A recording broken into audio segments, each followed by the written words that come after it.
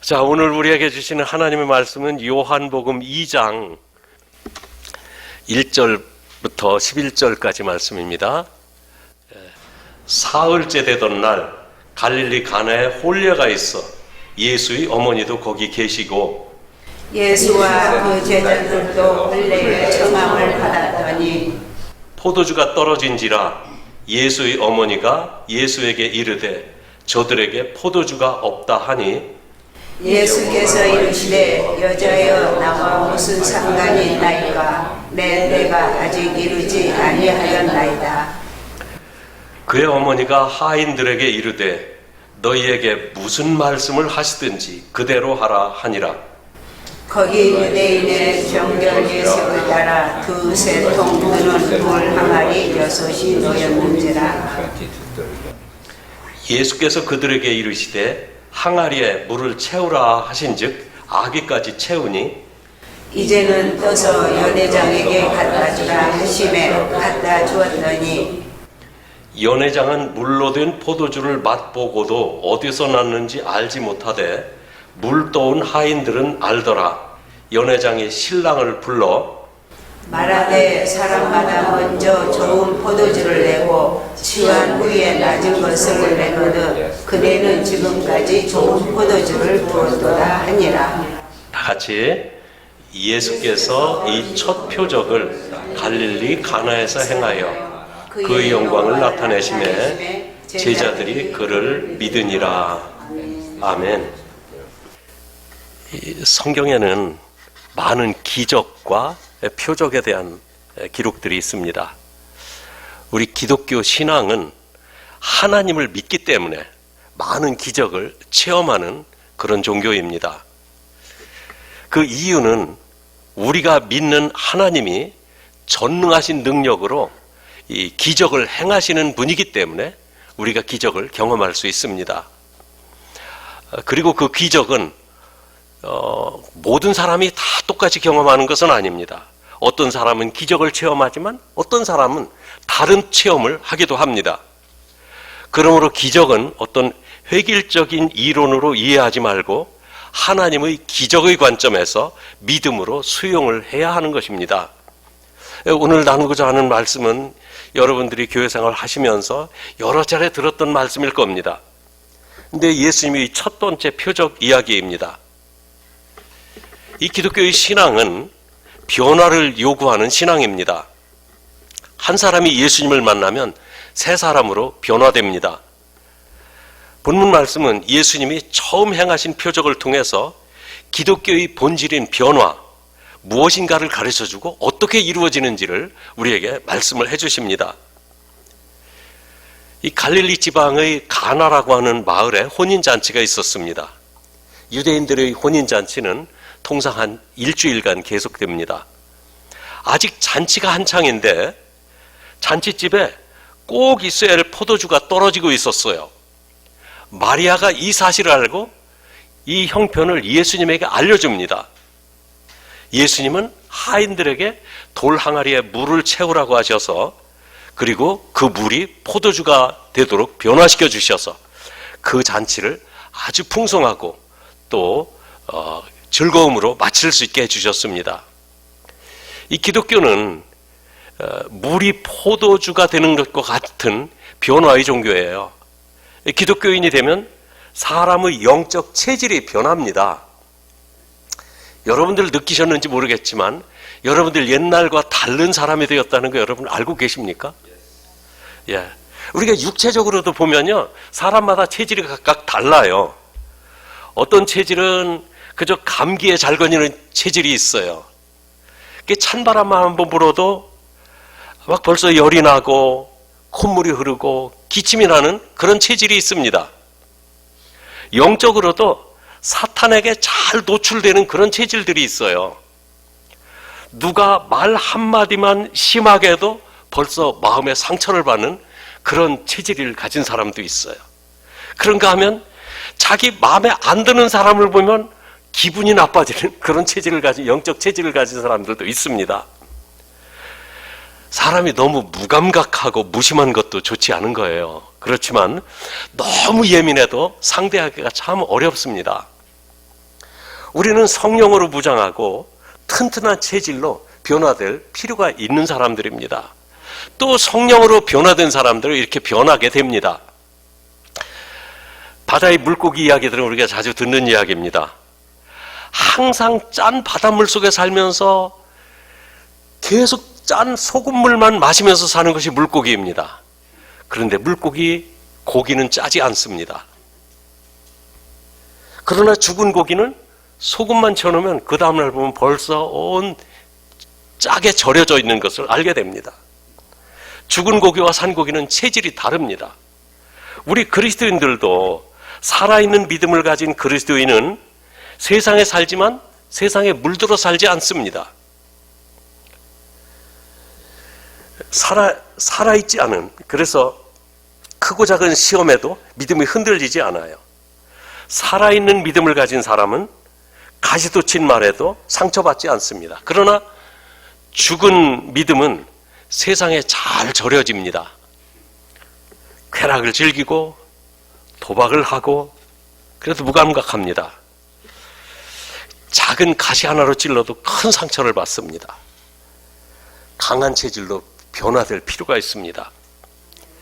우리가 그리스도와 동행하려면 그리스도의 체질로 변화되어야 돼요.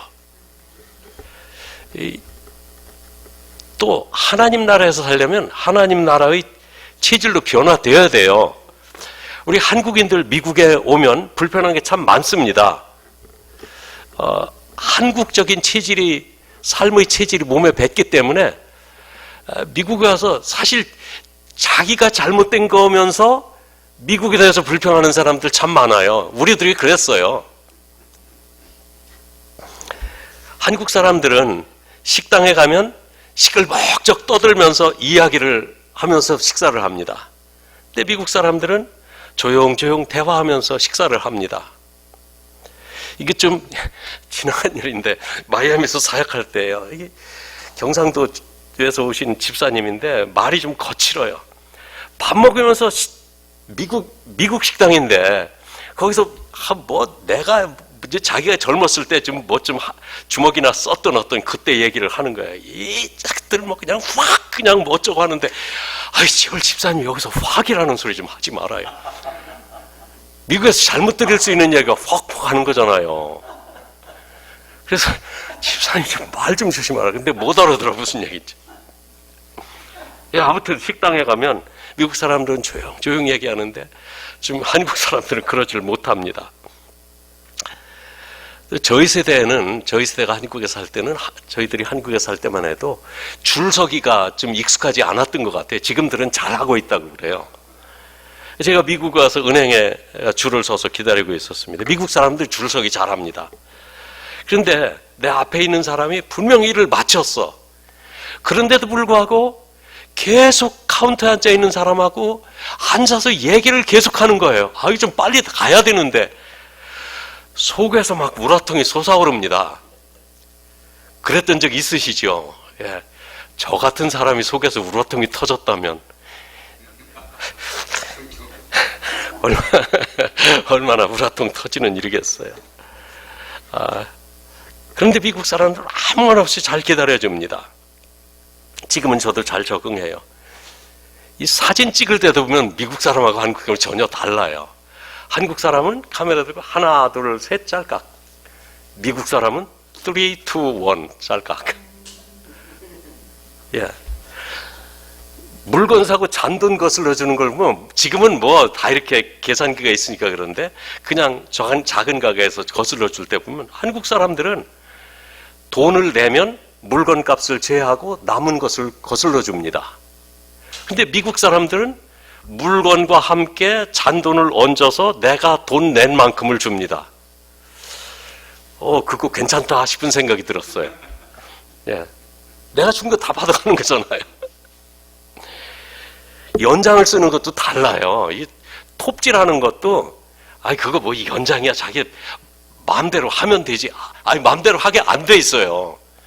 또 한국 사람들은 톱이 앞으로 당겨야 잘라지게 돼 있거든요. 미국 사람들은 밀어야 잘라지게 돼 있어요. 그래서 당기면 안 잘라져요. 미국 연장 쓰려면 미국 사람 체질로 바뀌어야 돼요. 자, 하여튼 우리가 그리스도인이 된다는 것은 우리 근본 체질이 변화되어야 되는 거예요. 세상 사람에서 천국 사람으로, 또 세상에서 하나님의 가족으로 변화되어야 됩니다. 이런 변화 어떻게 경험할 수 있을까요? 특별히 오늘 본문은 이렇게 시작부터 사흘째 되던 날이라는 말씀으로 시작하고 있습니다. 사흘째 되던 날. 사흘째 되던 날은 요한이 광야에 나타난 그 후부터 7째 날입니다. 요한복음 1장에서 이미 그 이튿날 해가면서 4일이 지나갔어요. 그리고 나서 2장에 들어와서 사흘째 되던 날, 그러니까 7일째 되는 날이에요. 물론 그날이 안식일이었는지는 모릅니다. 안식일 날에 잔치하지는 않았을 거예요.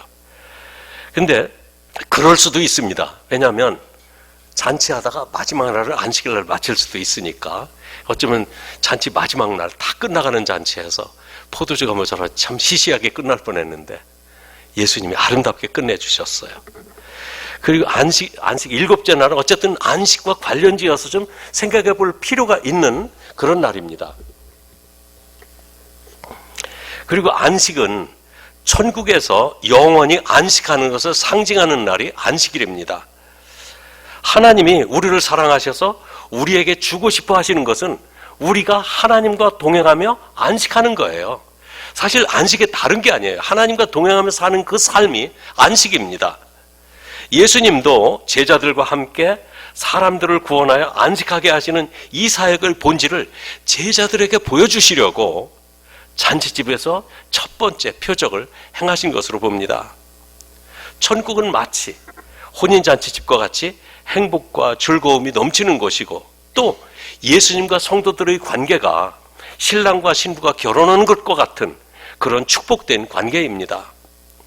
이와 같은 새로운 관계를 위해서 사람들에게 실질적인 변화를 요구하는 것을 보여주시는 것이 첫 번째 표적입니다. 자, 이 변화를 어떻게 체험할 수 있을까요? 첫째는 자기 부족을 알고 예수님께 도움을 청해야 합니다.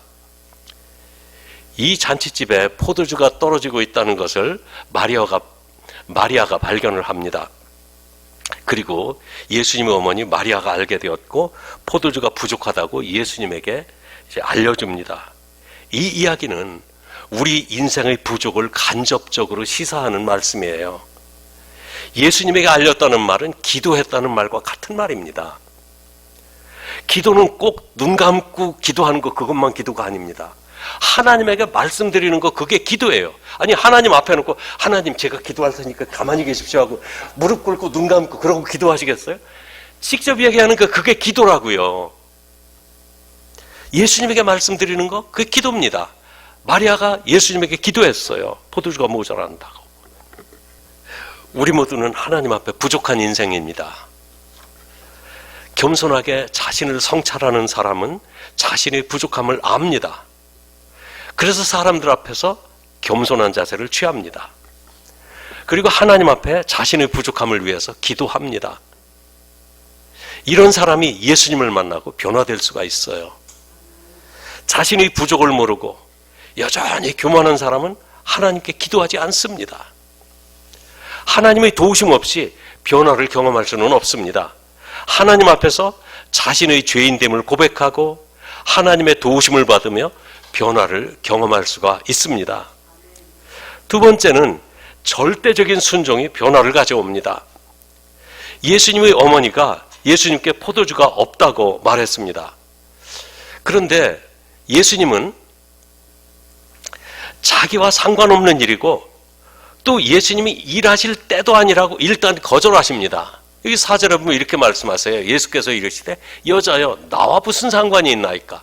내 때가 아직 이르지 아니하였나이다. 이게 나와 상관없는 일, 내가 할 때도 아닌데 왜 아무 때나 시도 때도 없이 상관없는 일 시키세요? 그런 얘기예요. 사실 마리아가 아들한테 핀잔 들었어요. 그런데도 예수님의 어머니는 뭐 한 절 건너뛰지도 않았어요. 5절에 보면 그 어머니가 하인들에게 이르되 너희에게 무슨 말씀을 하시든지 그대로 하라 하니라. 예수님의 어머니는 하인들을 준비시킵니다. 순종할 준비를 시키는 거예요. 너희에게 무슨 말씀을 하시든지 그대로 하라. 저분 예수님이 뭐라고 하시거든 토달지 말고 그대로 해. 하인들을 준비시켰습니다. 믿음은 바라는 것들의 실상이요 보이지 못하는 것들의 증거라고 말씀하십니다. 안 될 것 같지만 예수님의 말씀에 순종할 때 기적은 일어납니다. 그것이 믿음입니다. 예수님은 분명히 자기의 때가 되지 않았다고 하셨어요. 그런데 하인들이 순종할 준비가 되니까 기적을 행하십니다. 그래서 여기서 좀 잠시 성경학자들이 좀 다른 성경학자들이나 설교자들에 의해서 이 부분에 대한 주님의 때에 대한 여러 해석들을 좀 한두 가지만 살펴보겠습니다. 복음서에서 많은 경우에 예수님은 자기의 때를 자기가 십자가에서 죽으심으로 세상을 구원하시는 때, 즉 구원을 완성하시는 그 때를 지목하고 늘 계셨어요. 그런데 가나 혼인잔치에서 예수님이 아직 나의 때가 아니라고 하신 것, 지금은 십자가를 질 때가 아니라고 하셨다는 그런 말씀으로 해석하는 그런 견해입니다. 그래서 예수님께서 본문에서 하신 말씀은 나와 상관도 없는 일, 내 때도 아닌데 왜 나에게 이런 일을 시킵니까? 그렇게 말씀했다고 보는 견해입니다. 근데 저는 또 다른 해석을 저는 좋아합니다. 가난 혼인잔치와 같은 어떤 특정한 상황에서 말씀하실 때는 그 상황에 맞추어서 해석을 해야 된다는 거죠. 그래서 예수님의 때는 준비된 때라는 겁니다. 내 때가 아니라는 말씀은 예수님이 일하실 준비가 전혀 되어 있지 않다는 거예요. 어떤 준비입니까? 예수님 말씀에 순종할 준비입니다. 예수님 말씀에 순종할 준비. 그 준비가 되어 있는 사람에게서 예수님께서는 일을 하십니다. 무슨 말씀을 하시든지 그대로 하라. 이 5절 말씀. 마리아가 예수님이 일하실 때를 준비한 겁니다. 순종이란 무슨 말씀을 하시든지 그대로 하는 것이 순종이에요. 바쁜 하인들이 잔치와 상관없는 돌 항아리에 물 기르다 붓는 일, 순종하기 쉬운 일 아닙니다. 잔치를 주관하는 연회장, 포도주가 떨어지고 있는 거 모르고 있었을까요? 아마 포도주가 떨어지고 있다는 건 잔치가 거의 끝나가고 있다는 거예요. 잔치가 끝나기도 전에 포도주가 떨어지면 지금까지 잘 되온 잔치가 아주 엉망이 되고 말 겁니다. 당연히 신경이 날카로워져 있을 수밖에 없어요. 그런데 하인들은 물을 여기서 길어서 여기다 붓는 거 아니잖아요. 물 길러 다니면서 항아리에다 물을 채우고 있어요. 연회장이 화를 낼 만한 그런 상황입니다. 그런데도 하인들은 돌 항아리 6에 물을 채우되 아구까지 채웠다고 그랬습니다. 하인들이 온전하게 순종한 것입니다. 그들은 물을 채웠을 뿐만 아니라 예수님의 말씀에 순종해서 연회장에게 물을 떠다 주었다고 그랬어요. 자, 여기서 또 사람들은 또 관심을 갖습니다. 자, 그러면 물이 언제 포도주로 변했느냐? 그 항아리 속에 담겨 있을 때 변했다. 아니면 마실 때 변했다. 언제 변했을까요? 떠올 때부터 변한 것 같아요. 예. 하여튼 여기에 9절 말씀에 보면은 그랬어요. 이 연회장이 뭐라고 하냐면 이제는 떠서 연회장에게 갖다 주라 하시며 갖다 주었더니 연회장의 소감이 이렇습니다. 한번 연회장의 입장에서 한번 잘 같이 읽어보십시다. 연회장은 물로 된 포도주를 맛보고도 어디서 났는지 알지 못하되 물 떠온 하인들은 알더라. 그래서 연회장이 신랑을 불러 이제 그 다음 말은 다음에 하겠습니다. 자, 물로 된 포도주를 연회장이 맛을 봤어요. 그런데 그것이 어디서 났는지 몰라요. 연회장이라고 해도 나라의 지도자다, 높은 자리에 앉아있다, 학식이 많다, 그런다고 해서 하나님의 비밀을 아는 거 아닙니다. 누가 알고 있다고 그랬습니까? 물 떠온 하인들, 순종해 본 사람이 하나님의 비밀을 압니다. 정말 하나님의 말씀에 순종해서 살아본 사람이 하나님의 놀라운 축복을 경험하고 그것을 깊이 알아요. 그런데 순종했던 일을 뭐라고 했습니까? 뭐를 떠온 사람들? 물 떠온 하인들. 물을 뜰 때 포도주였다는 얘기예요? 물이었다는 얘기예요? 그렇죠. 뜰 때까지는 물이었다는 얘기예요. 연회장이 마실 때는 포도주였. 아니, 포도주가 하인들이 물을 떠다가 연회장한테 갖다 줬더라면 딱이 맞았을 거예요. 누가 물 떠오라고 하더냐고. 포도주를 받으니까 아마 그거 어디서 변했을 텐데. 아무튼 그렇습니다. 그런 호기심입니다, 단순히. 근데 그건 몰라도 되는 호기심이니까 어쨌든 변했다는 사실만 이해하시기 바랍니다. 그러니까 물을 뜰 때까지는 물이었던 거예요. 하인들이 끝까지 순종했을 때 예수님은 물이 포도주가 되게 하셨습니다. 순종이 변화를 일으키는 것입니다. 성경은 순종이 제사보다 낫다고 말씀하세요.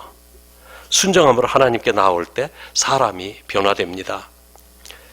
여기서 잠시 지금까지 지나왔던 과정을 좀 한번 돌아보겠습니다. 자, 마리아가 포도주가 떨어지고 있는 상황을 발견할 때까지는 예수님의 때도 아니었고 예수님의 일도 아니었습니다.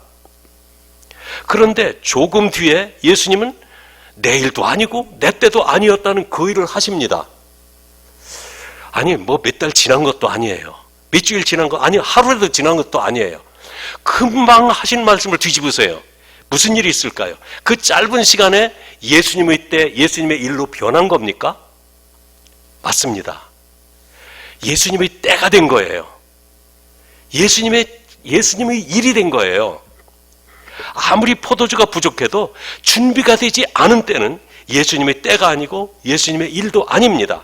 그런데 하인들이 예수님의 말씀에 순종할 준비가 되니까 예수님의 때가 되었고 예수님의 일이 된 것입니다. 잘 생각해 보십시오. 마리아에게서 그 점을 배워야 합니다. 마리아가 잔치집에 포도주가 부족한 것을 예수님의 일이 되게 해주었고 아직 때가 안 되었지만 예수님의 때가 되도록 때를 예배했다는 겁니다.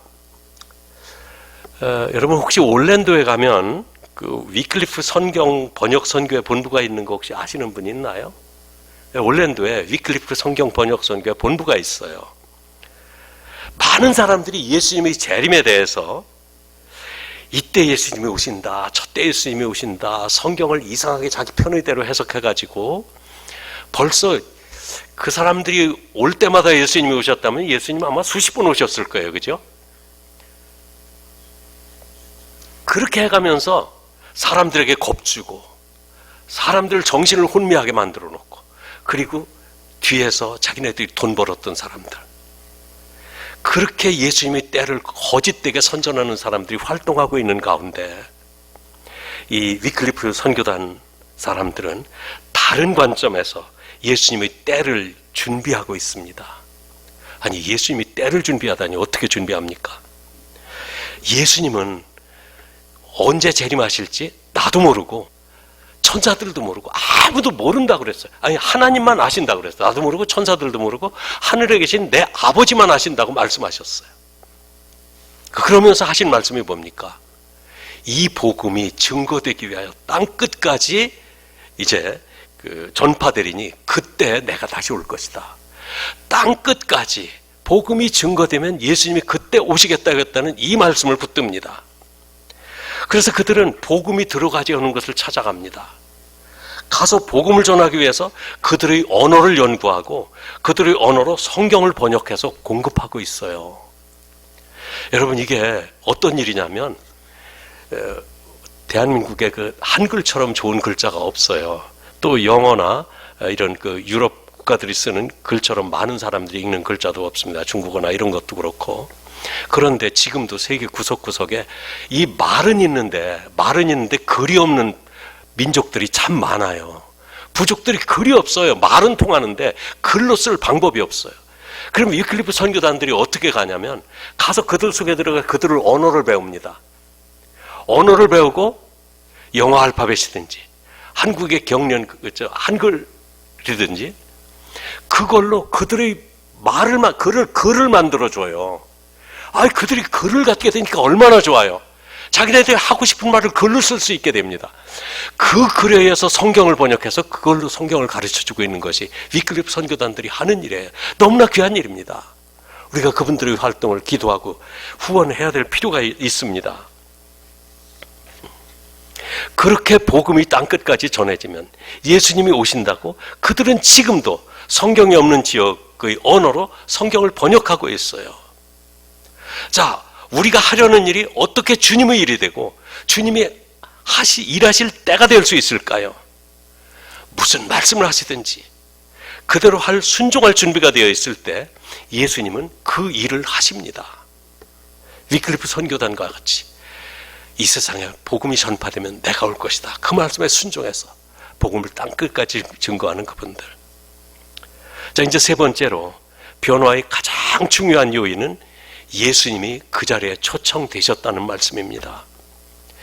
2절 말씀은 이 가나 혼인잔치에서 일어날 표적이 어떻게 해서 일어날 것인가를 예고해 주는 귀한 말씀입니다. 이 말씀 같이 한번 읽어보실까요? 2절을 같이 읽겠습니다. 예수와 그 제자들도 혼례의 청함을 받았더니. 예수님과 그 제자들이 그 혼인잔치에 참석했다는 것 대단히 중요합니다. 아무리 변화의 조건을 갖추었다 해도 예수님이 그 자리에 초청받지 않았다면 그 잔치는 포도주가 모자란 채로 손님들의 불평 속에 끝났을 것입니다. 참 우리의 삶에 참된 변화를 가져오려면 우리 심령에 예수님이 초대되어야 됩니다. 여러분들의 인생에는 예수님이 초대되셨습니까? 여러분들은 매일매일의 삶에 예수님이 여러분들과 함께 갖고 계십니까? 세상이 달라지고 교회가 달라져야 된다고 말들 합니다. 그런데 변화되려면 예수님이 그 자리에 함께 계셔야 합니다. 아무리 좋은 사람들이 모이는 모임이라도 예수님을 모시지 않으면 영적인 변화가 일어나지 않습니다. 현대 세상이 자꾸 변화되니까 기독교 신앙도 자꾸 세속을 따라 변화하는 것 같아요.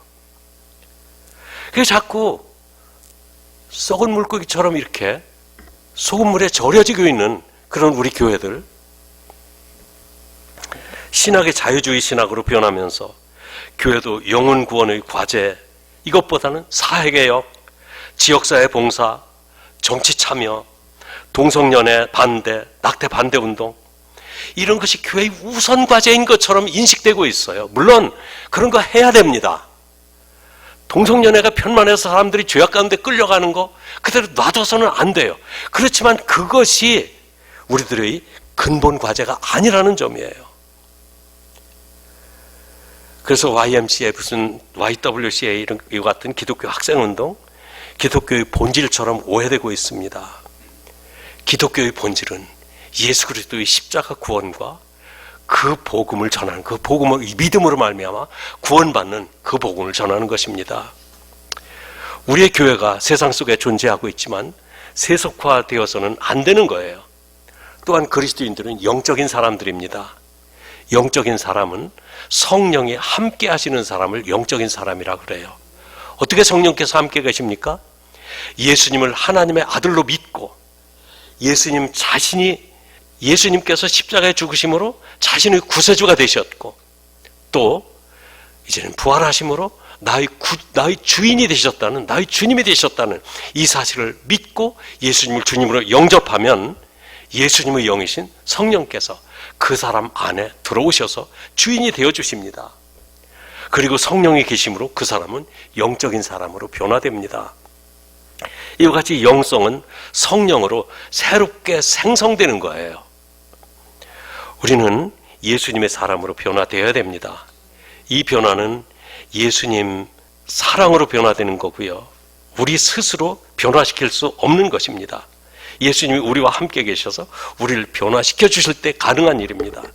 그러므로 우리도 변화를 위해서 예수님께 우리의 죄악된 삶을 알려드리고 변화를 위해 기도해야 합니다.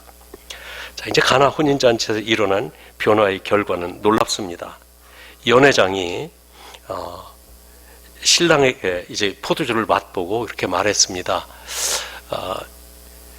이게 10절인데 9절로 잘못 썼습니다. 자, 연회장은 물로 된 포도주를 맛보고 어디 나는지 알지 못해 물 떠온 하인들은 알더라. 연회장이 신랑을 불러서 10절 제대로 썼군요. 10절에 보니까 뭐라고 이야기합니까? 사람마다 먼저 좋은 포도주를 내고 취한 후에 낮은 것을 내거늘.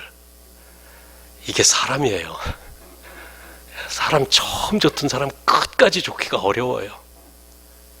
그런데 예수님은 알고 보니까 처음에는 어렴풋이 알다가 자꾸 알아갈 수 있도록 예수님 없이는 못 사는 거예요.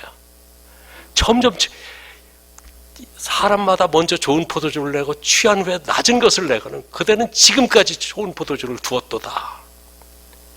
예수님이 그런 분이십니다. 이것이 예수님이 함께 하시는 기독교의 모습입니다. 기독교는 처음에 교회 나올 때보다 나중에 더 좋아야 돼요. 교회 한 번 나오고 2번 나오고 3번 나오고 더 나오면서 교회 더 나오고 싶은 교회. 정말 교회 가면 정말 우리 사랑하는 성도들이 있고 편안한 마음으로 예배 드릴 수 있다는 이와 같은 마음 때문에 교회가 내 교회가 되는 그런 믿음. 이렇게 변화되어야 됩니다. 마리아는 잔치집 포도주 문제를 자기 일처럼 관심 갖고 예수님에게 알렸어요. 그냥 지나갈 수도 있는 문제 아니었습니까? 교회의 어려운 문제를 나의 일인 것처럼 관심 갖고 예수님께 찾아가 기도할 수 있는 그런 사람이 필요합니다. 그 사람이 교회의 주인공입니다. 물론 교회의 주인은 예수님이시고 하나님이십니다. 그러나 인간 측에서 주인공의 역할을 할 사람들은 그 교회의 부족한 문제를 가지고 예수님 앞으로 나아가는 사람들입니다. 이게 30년도 넘은 이야기입니다. 로스앤젤레스에서 사역할 때 새벽 기도에서 기도하는데 영 말문이 잘 열리지 않는 날이 있었어요. 옆에서 기도하시는 권사님 기도가 자꾸 귀에 들어옵니다. 엿들었죠. 근데 그 권사님 교회와 성도들을 위해서 기도합니다. 환자들을 위해서 기도하시고 개업하는 형제를 위해서 기도하시고 미국의 정치적 상황, 경제적 상황에 대해서 기도하시고 세계의 재난을 닥친 곳에 어려워하는 사람들을 위해 기도하고 있었어요. 우리의 부족한 것을 하나씩 하나님께 알려드리고 계셨어요. 우리에게 지금 포도주가 떨어져 가고 있다고 예수님이 알렸던 마리아처럼 그렇게 알리고 계셨습니다. 그때 문득 그런 생각이 듭니다. 이 권사님이야말로 세상을 품에 안고 미국을 품에 안고 하나님 앞으로 나아가는 진정한 이 지도자구나. 여러분, 지도자가 뭡니까? 대통령이 되고 정치인이 되어야 지도자입니까? 자기의 권력 때문에 일하는 사람, 명예 때문에 일하는 사람, 끝까지 지도자일 수 없습니다. 정말 하나님 앞에 이 나라의 문제를 가지고 나아갈 수 있는 그 사람이 진정한 이 나라의 지도자가 될 수 있습니다. 여러분, 내 이웃을 내 품에 안고 날마다 주님 앞으로 나오시지 않겠습니까? 미국을 품에 안고 한국을 품에 안고 이란을 품에 안고 하나님 앞으로 나오시지 않겠습니까? 그 사람이 하나님 앞에서 세상과 미국, 한국의 주인공이 될 것입니다. 오늘 성경 말씀은 이렇게 결론을 내립니다. 예수께서 이 첫 표적을 갈릴리 가나에서 행하여 그 영광을 나타내심에 제자들이 그를 믿으니라. 믿고 구원받게 하시려고 우리 주님이 세상에 오셨습니다. 나아가 이 지역의 많은 사람들이 우리 교회의 변화를 보면서 하나님께 영광을 돌릴 것입니다. 우리가 변화되면, 우리 교회가 변화되면 이 지역 사람들이 예수님을 믿게 될 것입니다.